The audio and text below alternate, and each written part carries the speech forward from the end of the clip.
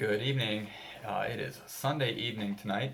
I'm going to go ahead and read chapter 12 of the Watsons Go to Birmingham in preparation for you reading on Monday.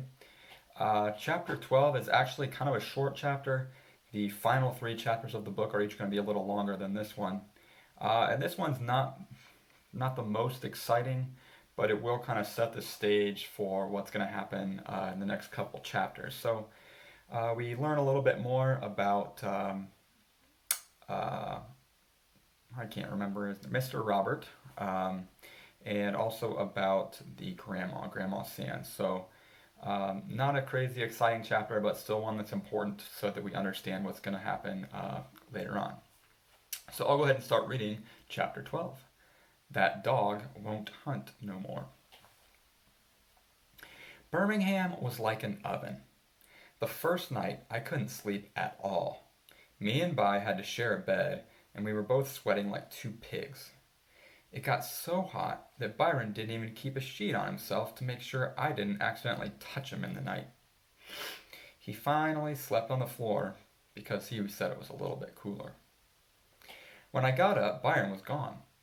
I looked out the window into the backyard, and Vi and Dad and Mr. Robert were standing under a great big tree with a dog. I went to the bathroom real quick, did my morning scratches, then ran out to be with the guys. Morning, Kenny. Morning, Dad. Morning, Mr. Robert. Morning, Vi. Byron just grunted, then said, Man, you gotta quit drinking so much water. You sweated up the whole little bed last night. I ain't sharing the bed with your leaky little butt. He looked at Dad. With your leaky little self again. Mr. Robert said, You boys will get used to the heat. Dad petted the dog and said, He's too old to hunt? Oh, yeah. That dog won't hunt no more. He's just like me. Lost the desire. Both of us got to the point where we just couldn't pull the trigger.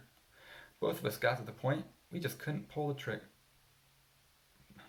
Both of us got to be just like Joe Louis toward the end. Remember his last fights, Daniel? Remember how Joe would just walk around the ring waving a left fist like a threat? He just couldn't throw it. He just couldn't pull the trigger no more. His mind told him to do it, but his body wouldn't cooperate. That's me and Toddy. There's times at night I hear him howl and I know he's dreaming about being back in the woods. But both of us know that that's gone. Mr. Robert bent down and rubbed the dog's head. Yeah, son. In his day, this was the best coon dog in all Alabama. Used to get $100 just to stud him. Byron rubbed the old, gray, nasty-looking dog's head, too. $100? Man! Yeah, me and Toddy saved each other's lives. Hate seeing him get so old. Judging by the way Mr. Robert looked, I bet the dog was saying the same thing about him. How'd you save his life? You ever been coon hunting? No, sir. Well, there ain't too many animals wilier or tougher than an old coon. Most people think you just chase 'em up a tree and pop 'em, but that ain't half the story. Toddy trailed this coon all the way out to this lake, and the coon went in the water. Now, most of the time a dog will stop right at the water. They know better than to go in. But Toddy must have just dove right in after that coon. He must have been a half mile ahead of me when I heard him holler and then get real quiet. What happened? The coon got him in the water and held his head under till he drowned him. I stopped believing this junk right there. A raccoon drowning a dog. I looked at Vi and Dad, but they were both believing what Mr. Robert was saying. Dad said, I've heard about raccoons doing that. Oh, yeah. Toddy here's living proof. Byron said, If he drowned, how come he ain't dead? Well, when I finally got to that lake, I seen the coon going out one way and Toddy nowhere in sight. And I knew what happened. I dove right in that water and started looking for him. Took me only a minute. I dragged him back to the shore, turned him upside down to let the water run out of him, held his mouth shut, then breathed right in his nose. He kicked a couple times, then came to. Byron said, "Man, that's too much. That's cool." All I could think of was that Mr. Robert was probably the only human being who'd ever put his mouth on a dog's nose. That was pretty cool. I asked Dad, "When do we eat?"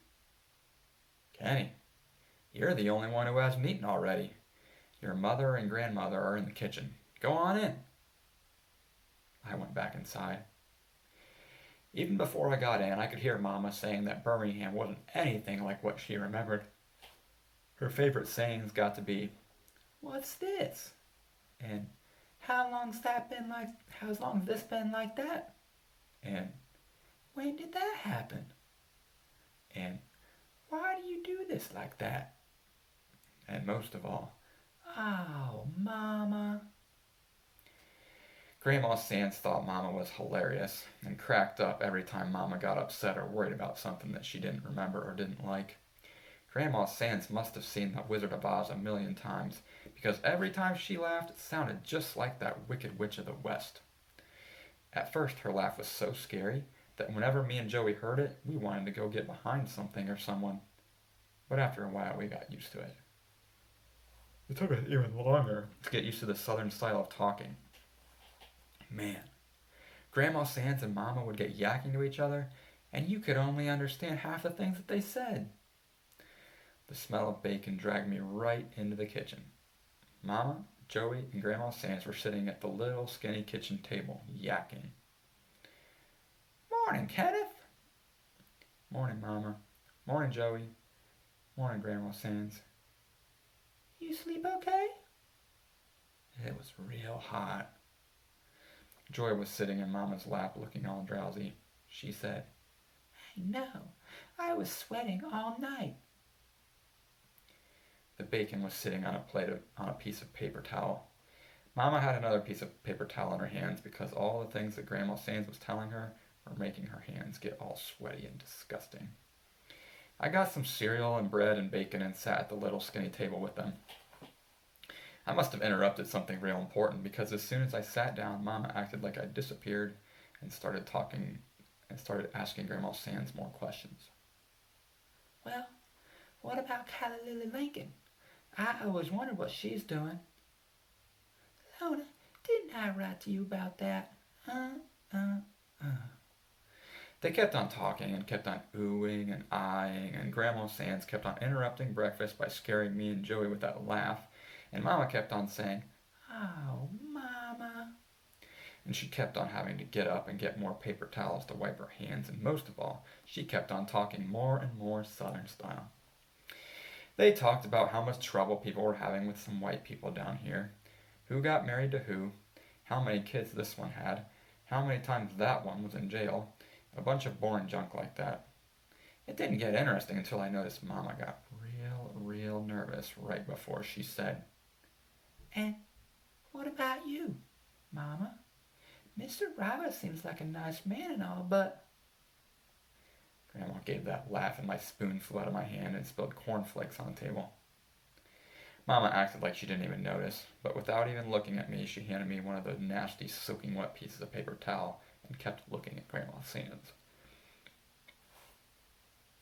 "I was wondering when we'd get to that." Grandma Sands smiled. "We been good friends since right after you all left for Flint." Mama was being kind of rude. She interrupted and said, "Oh, Mama, good friends?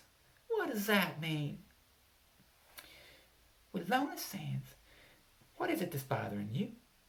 Why can't you just say what's on your mind?" Mama started wringing the neck of another piece of paper towel. I just don't understand what's going on here. How come I never knew him? Did Daddy know him?" Mama said that last part like she was dropping a bomb on Grandma Sands. Grandma Sands looked at her for a minute.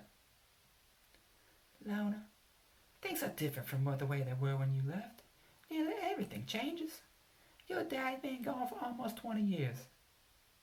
Grandma Sands had stopped smiling. "Now, Mr. Robert's my dearest friend." Wow. I could see where Byron learned to say a couple of words and have people think he'd said a whole bunch more.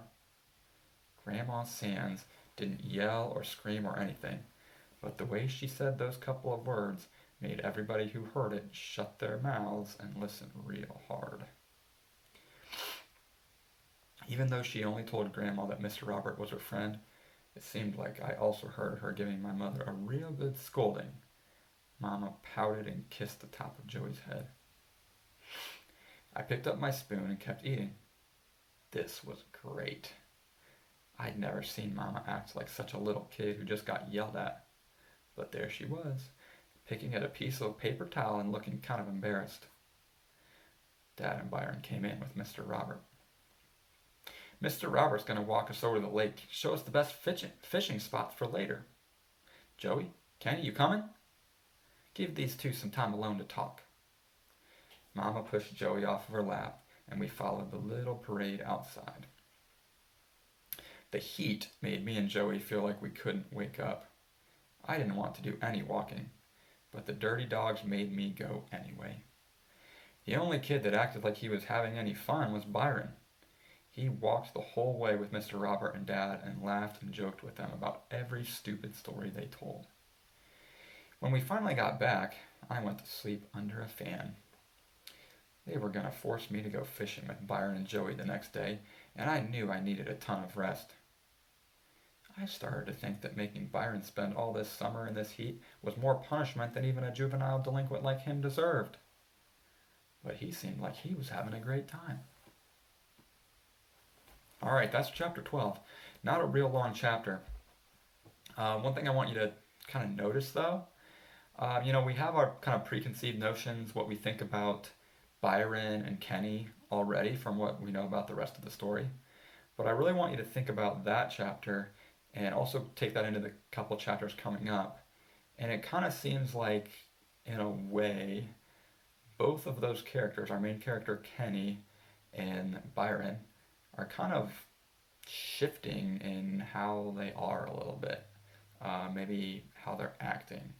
So just kind of pay attention to that, for those little details as we keep going, because I think it's going to become even more obvious in the next chapter.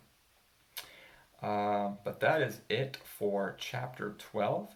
Again, you should have this read on a Monday and get everything for chapter 12 done by Tuesday, according to the calendar. Have a great day.